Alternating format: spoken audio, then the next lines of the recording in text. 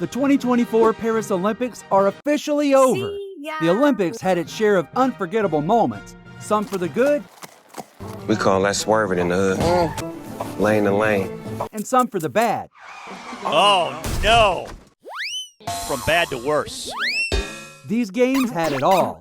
But nothing grabbed the world's attention quite like the Team USA's Avengers assembling to claim their 5th consecutive gold medal. The nationalism was flowing. Because I was like getting chills, like I'm proud to be an American. Like, USA! USA! Legends like Steph Curry, LeBron James, and Kevin Durant showed us pure greatness when it mattered most. Kevin Durant is lethal.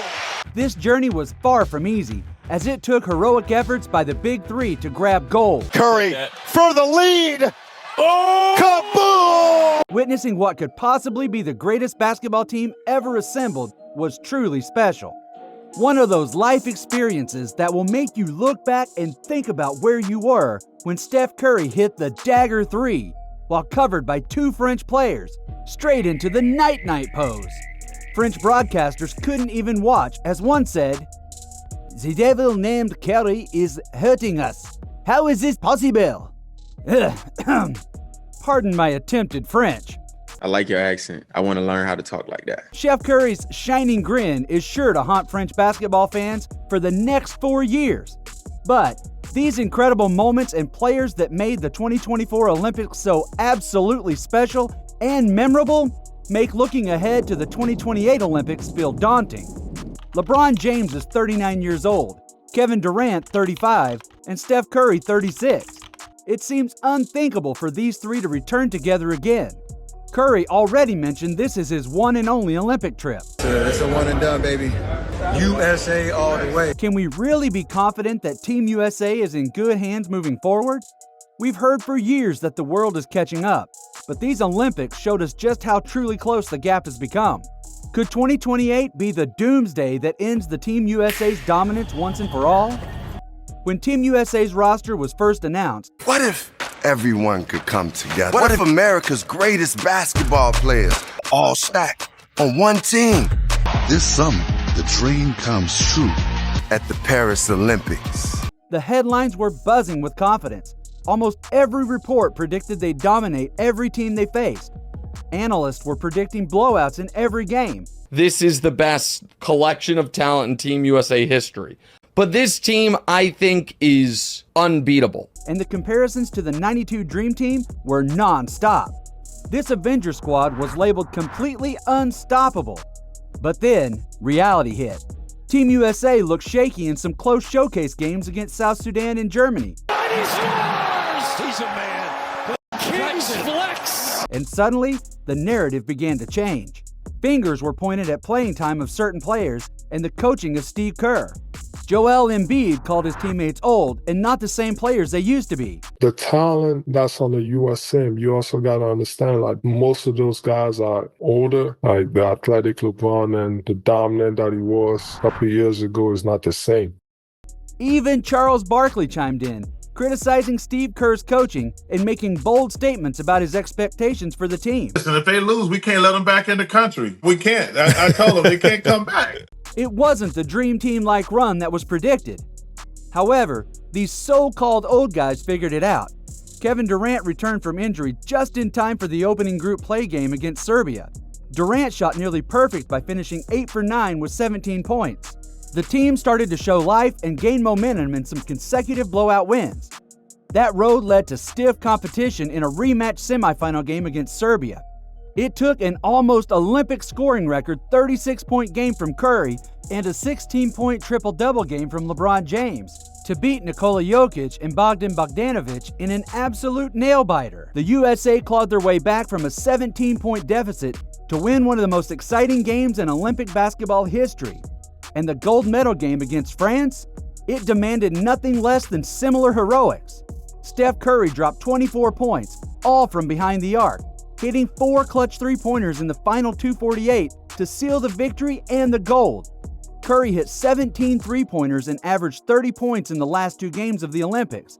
which due to his previously slow Olympic start, of course it led to jokes from his teammate Anthony Edwards. Hey, Ann said I just showed up 3 days ago. Hey, my boy just got the Bears about 3 days ago, but we so glad he got here. Meanwhile, Kevin Durant became the all-time leading scorer in Olympics history when he passed Lisa Leslie's record.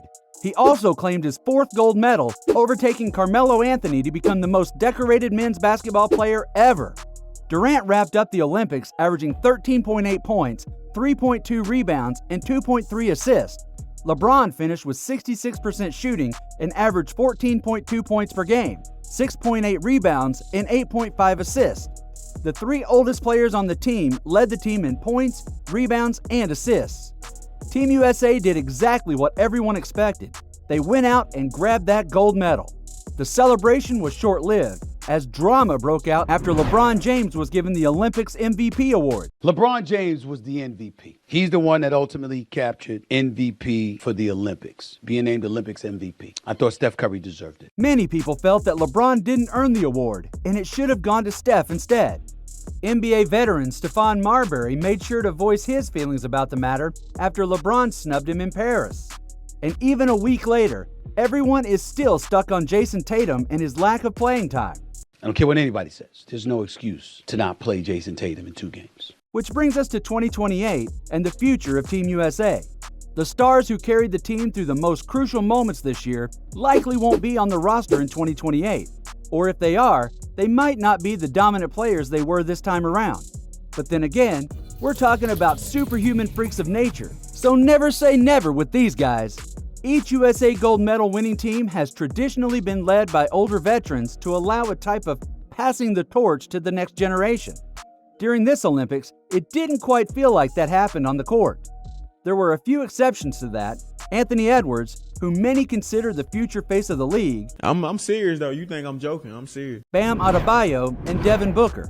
Anthony Edwards resonates a certain confidence and aura no matter where he goes. He shined in the Olympics while averaging 12.8 points per game on 58% shooting and 48% from three-point range. He and Kevin Durant were inseparable in Paris, like they'd found a long-lost brother in each other. Did we just become best friends? Yup! Devin Booker was expected to play a utility role for this team, but became known as the glue that held the team together. After one post-game press conference, Steve Kerr refused to leave without singing Booker's praises. Devin Booker is an incredible basketball player. Nobody asked about him, but he was our unsung MVP. I just wanted to say that. Bam Adebayo was a dynamic defender and offensive talent. He added to the explosive depth Team USA had in big men. Bam, coming off the bench with Anthony Davis, was a secret weapon that made a huge impact for the United States. In 2028, it's very likely we see Edwards, Adebayo, and Booker stepping into leading roles. If you remove everyone who is 30 years old or above from this year's roster, that leaves these three, plus Tyrese Halliburton and Jason Tatum. Halliburton saw very limited minutes in this Olympic run and seemed fine with it. Jason Tatum received playing time during showcase games, but found himself in a limited role once Kevin Durant returned from injury. Tatum, during his time on the floor, didn't look like the first-team All-NBA player and NBA champion that he was this last season. He was the only player on the team not to hit a single jump shot while shooting a team-low 38%. To say the least, he struggled to find his role with the team.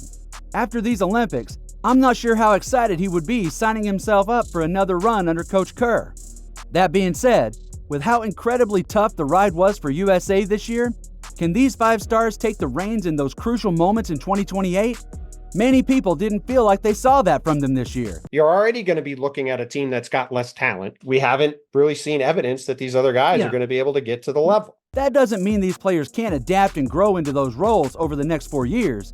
Players who some suggest could potentially fill the remaining roster spots are Ja Morant, Chet Holmgren, Paolo Banchero, McCall Bridges, Jaylen Brown, and Zion Williamson. Jaylen Brown couldn't have a worse relationship with Team USA as of now, but who knows what things will look like in 4 years. How fun would a Chet versus Wemby matchup be in the Olympics? There's always the possibility of up-and-comer Cooper Flagg joining the team. He impressed everyone during a scrimmage against Team USA, and by 2028, he could be a star in the league and an easy pick for the roster. 4 years can change a lot, and players can grow, but as is, does this feel like a roster ready to take on the world? I sure hope so. They have some very big shoes to fill after the expectations set this year. While none of them will have a list of accolades like Steph, KD, or LeBron by then, let's hope they can handle the pressure and expectations to win. Team USA is set to lose a lot of experience as this generation transitions out. The world is continually getting better. There are about 450 roster spots that make up the NBA, and 1/3 of them is filled by international players. The last 6 MVP awards have gone to players who were born abroad. Embiid played for Team USA, but was born in Cameroon. France, in particular, seems to be the hotspot for booming talent right now. Team USA has faced France in the last 2 gold medal games and was dealt their last loss by France during group play in 2021. France has also produced the last 2 #1 draft picks in Victor Wembanyama and Zachary Rizachet. Victor Wembanyama showed signs of greatness during this year's Olympic run.